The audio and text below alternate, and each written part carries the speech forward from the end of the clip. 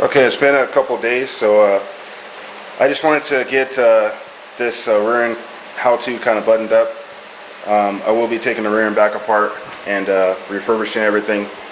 I'm looking for a posi unit right now to put in that to replace that stuff, and also I'm looking for a set of nice axles. So we'll probably go the bigger posi unit in this, and I'll show how to do that. So we're going to upgrade this rear end, and we'll go from there. Anyways, I have my son again helping me today. Right now we're at the point where we're going to put the axles back in.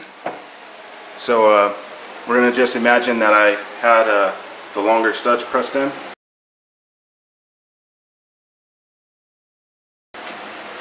Because for the purposes of this demo, I don't need to have that done. So I'm going to have my son grab the axle and slide it into the housing so I can shut the door. And when you're putting these back in and you've already replaced the sill on the end, which is that sill right there, you're going to make sure that you're careful putting the axle all the way in and pushing it through. And you should see the axle poke through in a second.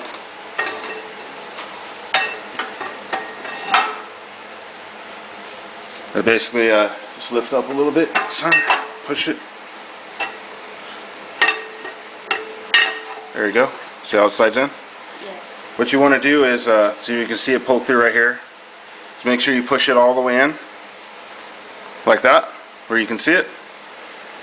And go ahead and take your C-clip. Push your C-clip into the slot.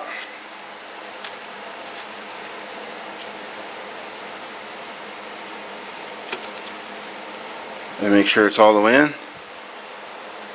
And then pull the axle. Or you can push it with your finger in my case. But that'll basically lock that C-clip in, because the C-clip will disappear into the gearing here. So you're going to go to the other side and repeat the other side.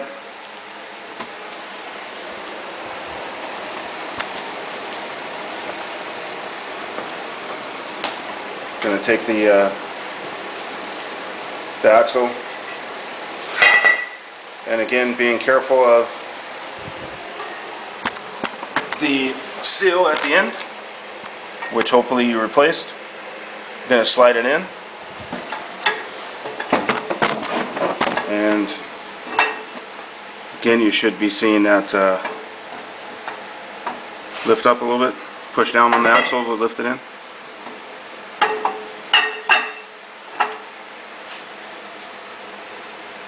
Push down on the axle. Right now it's, do you understand what I mean? Lift up a little bit, pull it out, and lift up a little bit and push it just like that. So as you can see, it's all the way in. Let's see if this camera has a flash. Not 100% sure, but at any rate, you can see it, the axle sticking out. And take your other C-clip for that side. Stick it in to the slot. Of course, it wants to fall, but that's okay. Once you got it into the slot, have your helper pull back on the axle, or you pull back yourself, and that'll lock the C-clip in. And so that's done. At this point, you want to take the centering shaft, which is this here. It's already at the point where you can access where the locking bolt goes in, which is right here, which we can turn that a little bit to make that more easily accessible. This pin's just going to go in one way, and what you want to do is you can just kind of start this in like this and stick it into the hole, which I'm going to have to turn. this a little bit to be able to access that. There we go, something like that.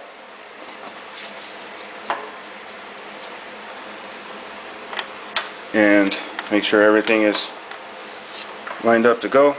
As you slide this centering shaft in, it's going to keep these your axles from being able to push in and allowing the C-clips to fall out. The reason why I stuck this pin in right here is so that I can line this up with the hole that it goes in, if that makes sense. It just makes it easier to get this to be at the right angle. So right here I know that's about the right angle. I can kind of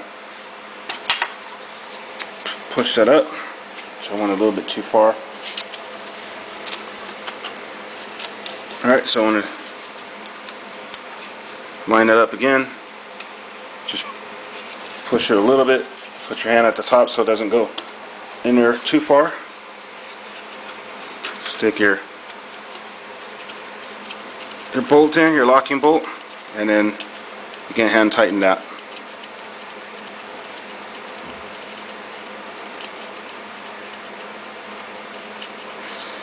So basically you just want to tighten the steering shaft bolt.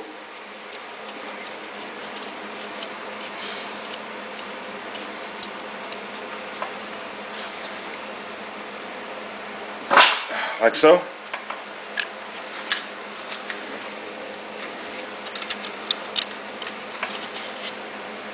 Okay. Now all that stuff is locked in. From this point, you can go ahead and reattach your cover. Make sure you clean your housing out and do all that stuff. Again, for the purpose of this how-to, I'm going to be breaking down this rear end again and cleaning everything and having it powder coated, polishing it out and just making it look real nice. I don't know when I'm going to do that, but as I do it, I will do other how-tos on it, from all the steps of polishing it and getting it ready for powder coating it, putting a new posi, heavier duty posi unit into it, new bushings if it needs it, that kind of thing. So at this point we have our axles back in, both sides. As you can see, the axles are now in, and you're ready to put the rotors on. And again, for this purpose, I have some drilled slotted rotors, and I'm going to be using these just to get this set up properly.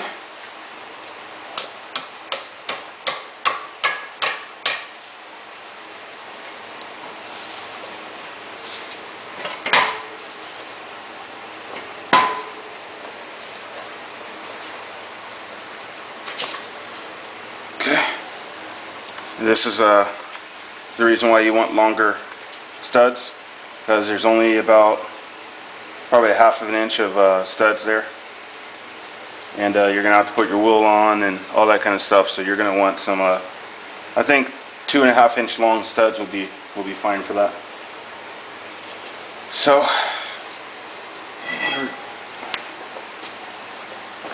just gonna repeat that for the other side. Have my son put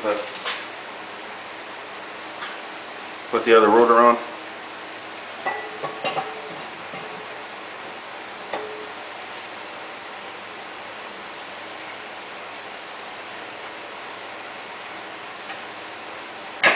Got it.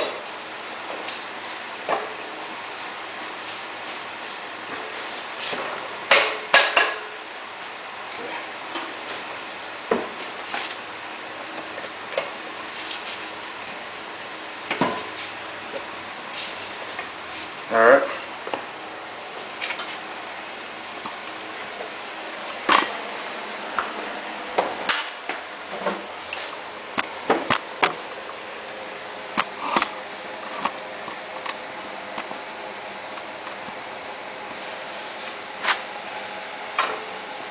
At this point,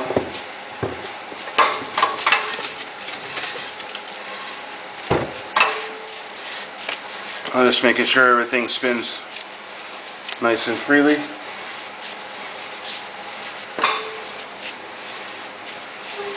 Which it does.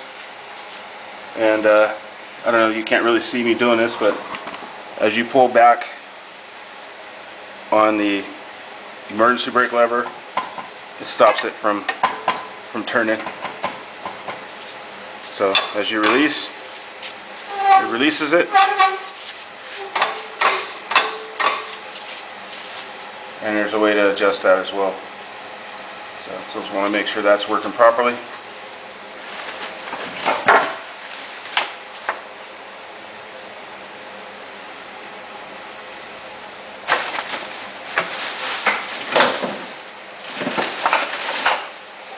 From there, we're going to place the caliper on.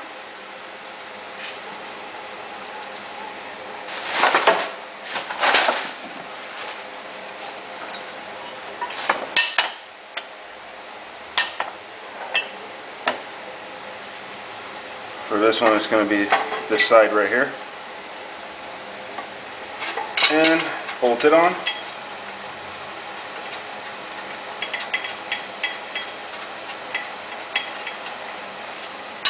And again, I'm going to be taking this back apart. So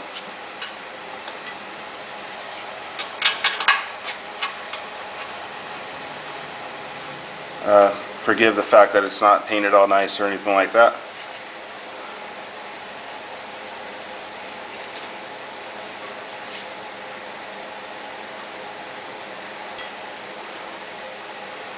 And I do, on the other side, I need to press the rotor on further and get that working right, because on this side, as you can see, there's probably about 1 inch of stud left. But again, it's still not going to be enough to for your wheels to thread on properly, at least in my experience. So there we have the rotor and everything bolted on now. It bolts on with these 2 bolts, 1 bolt here, 1 bolt here. Everything is moving freely. I don't have any pads in this at this point, but I don't know if you can see the distance in between the rotor and the caliper there, but it's almost centered. It's almost centered perfectly. However, I was when I do these, depending on what type of car it is, and this is a GBody, and it just seems to line up right, and it should line up pretty much the same. Some people want to space the gap between in between the caliper here and center this rotor, make sure the rotor's all the way on. And to do that, if you need to move everything out a little bit, you basically place a spacer in between the backing plate and the housing end. So depending on how far you want to move it out, if you need to, if it's too close to the inside here, you're going to want to space it in between that point there. I haven't had to use any spacers yet. This caliper does move, obviously, on the guide pins, so it'll move a little bit, and so that kind of centers itself, the caliper itself anyway on the rotor, if that makes sense, because this moves as a clamping force or whatever happens. As long as you have good distance between and clearance between that point there and that point there on the PAB, you should be fine, according to all the people that I've talked to who are into this kind of stuff. So there you have it. There it is, all bolted up, pretty much done. Like I said, the only thing you need to do, I need to bolt the other side on, but if you use the stock LS1 brake line, short brake line, this right here, which I cut off the factory car, this right here will bolt right into your existing GBody rear line, or existing Chevy 10-bolt rear brake line. So I just basically cut this off so I can retain this fitting, and then I pinched it off so that no brake fluid would seep out of it. as I played with the caliper. So you can actually retain this hose, so you're going to want to pull the hose, the caliper bracket, and the backing plate with the e-brake assembly on it for this to work. Alright, all I gotta do pretty much is bolt on the caliper for this side, and for the purposes of this, the beginning part of this how-to will be done. Another thing, like I said, you gotta cut a piece of angle iron, which I'll put a picture of how that's done in this video.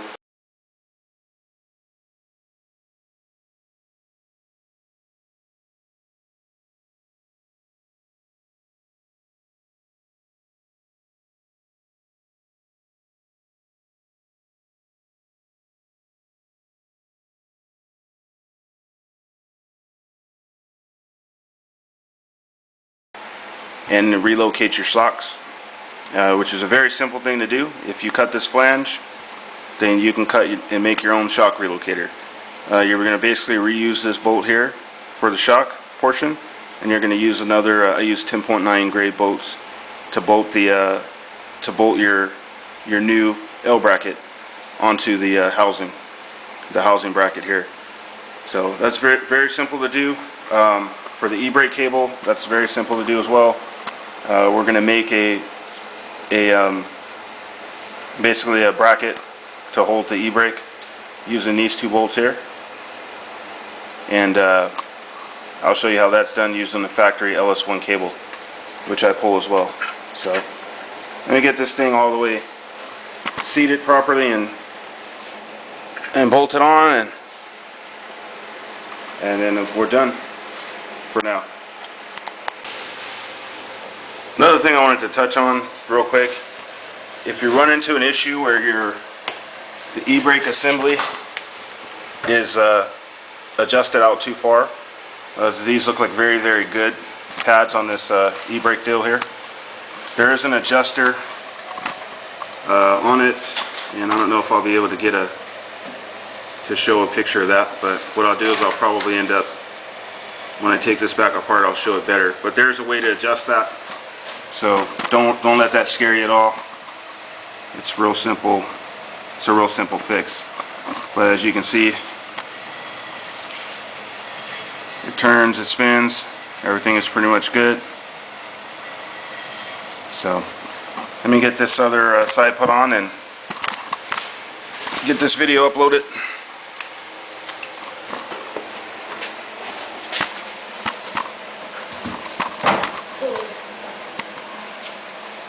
Those are drum brakes? Yeah, those are the factory drum brakes. Hand me that caliper.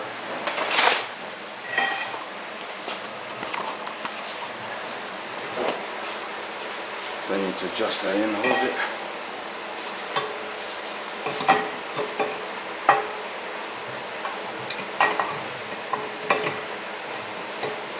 Kind of hard doing this. Can't see nothing.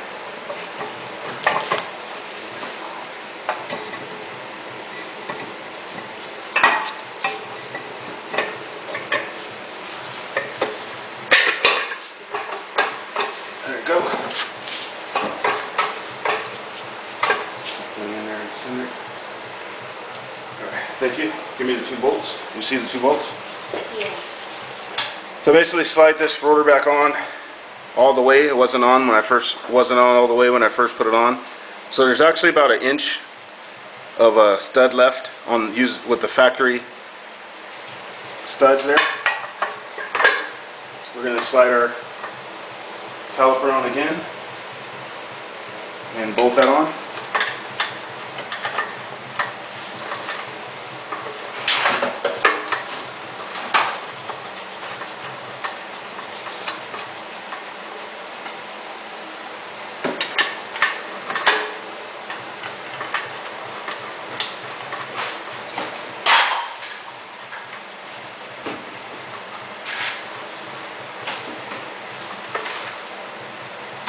Alright, and you can tighten this stuff down with certain torque spec and all that stuff. I'm just hand tightening it right now just for the sake of this how-to video. but obviously when it's redone, it'll be done the way it's supposed to.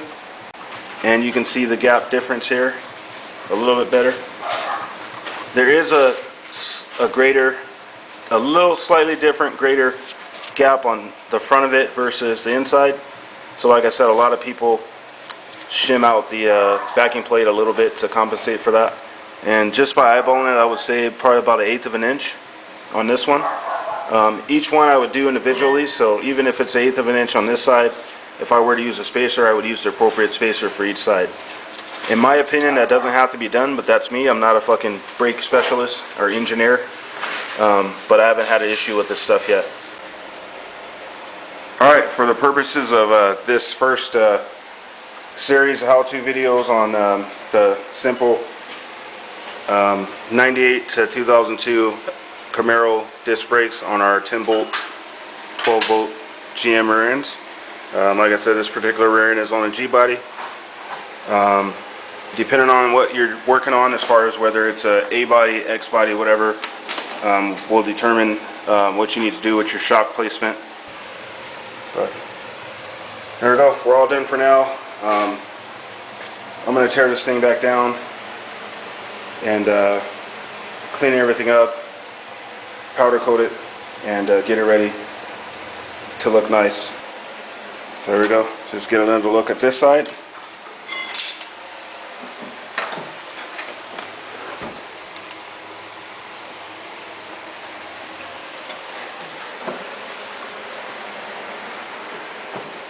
And that side there.